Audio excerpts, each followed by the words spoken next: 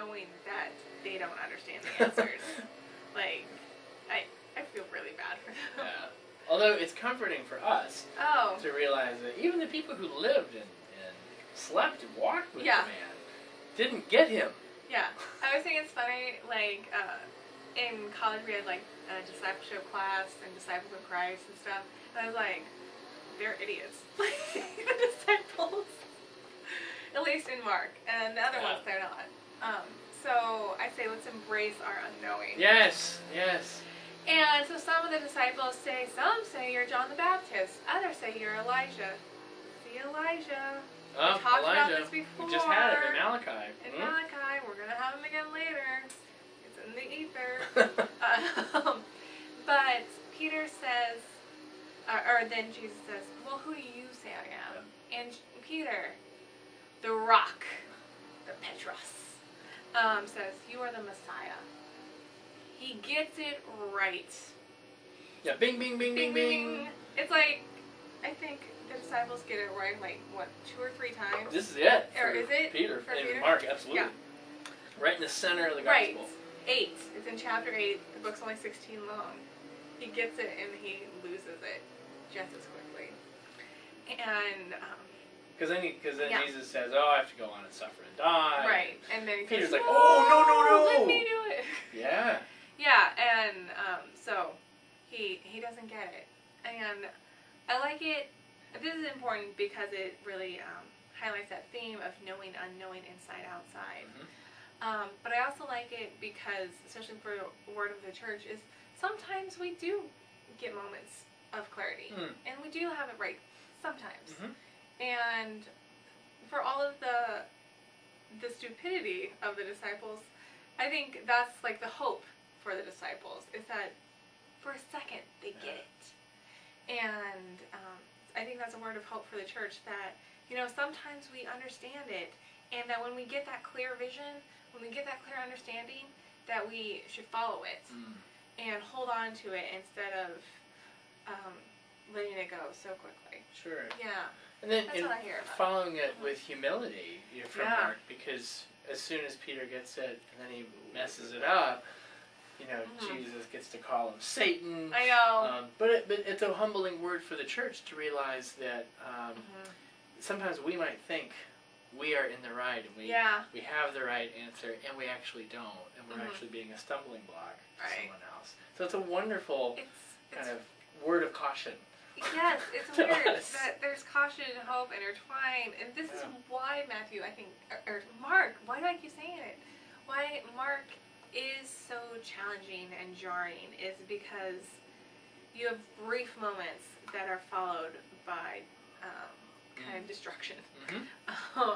And it's hard. Yeah. Mark's a challenge. The very last story that we're going to do is at the very end of Mark. So if you flip to 16, you get the ending. And remember, Mark is the first gospel that's written. And you know, we have the crucifixion. We have the women who are upset. Everyone's upset, obviously, by this and crushed.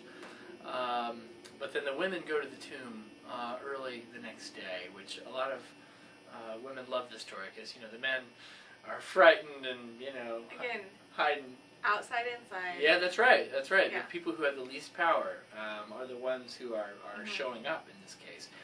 And they go to the tomb, and it's empty, and they have kind of an angelic vision that says, "Oh, go tell the other disciples this.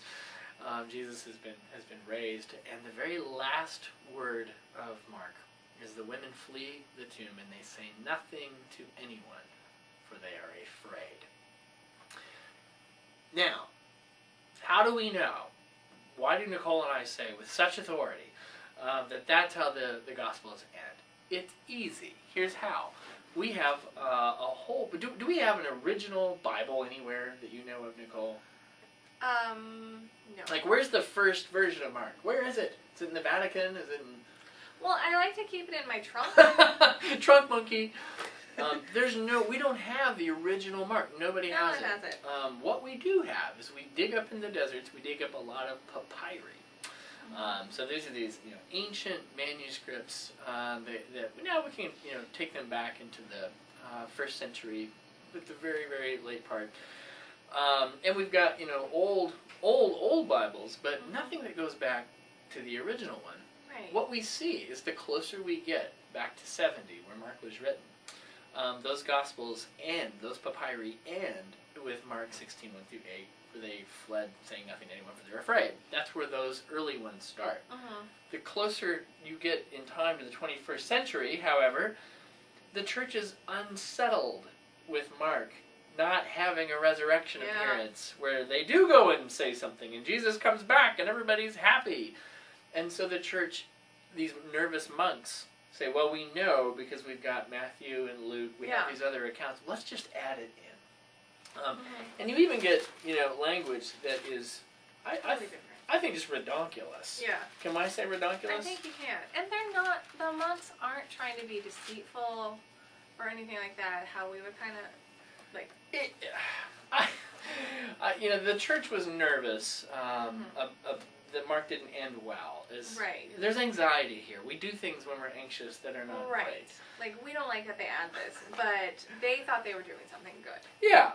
Here's how, and we have Mark as this spare, simple language. Everything's happening immediately. And all that had been commanded them, they told briefly to those around Peter, and afterward Jesus himself sent out through them from east to west the sacred and imperishable proclamation of eternal salvation. The fact that there's any adjectives in there at all. It's the longest sentence in Mark, like by 10 times 10, using language that's nowhere else in there. And plus, the main issue is that the earliest manuscripts don't have this. Right. It's only later ones that do. And what I love most about the ending of Mark, and you have to have a little bit of language for this, there's a word gar in Greek. It's a very small word. It just means four. Gar always is in the second position in a sentence. Greek language the order can move around a little bit, but gar is almost always second. Here, it ends the sentence. It never does that, ever. What Mark is doing is the end of the Gospel of Mark. He's saying four. And it's like a dot. It's like a dot. And what it's doing is this dynamic moment where Mark is now handing it to you.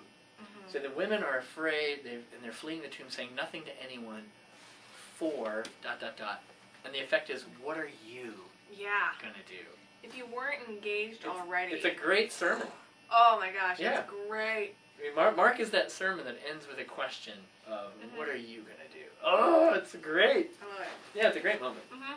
I think that's all I have to say about Mark. All right, that's good for Mark. Next we'll come back with Luke.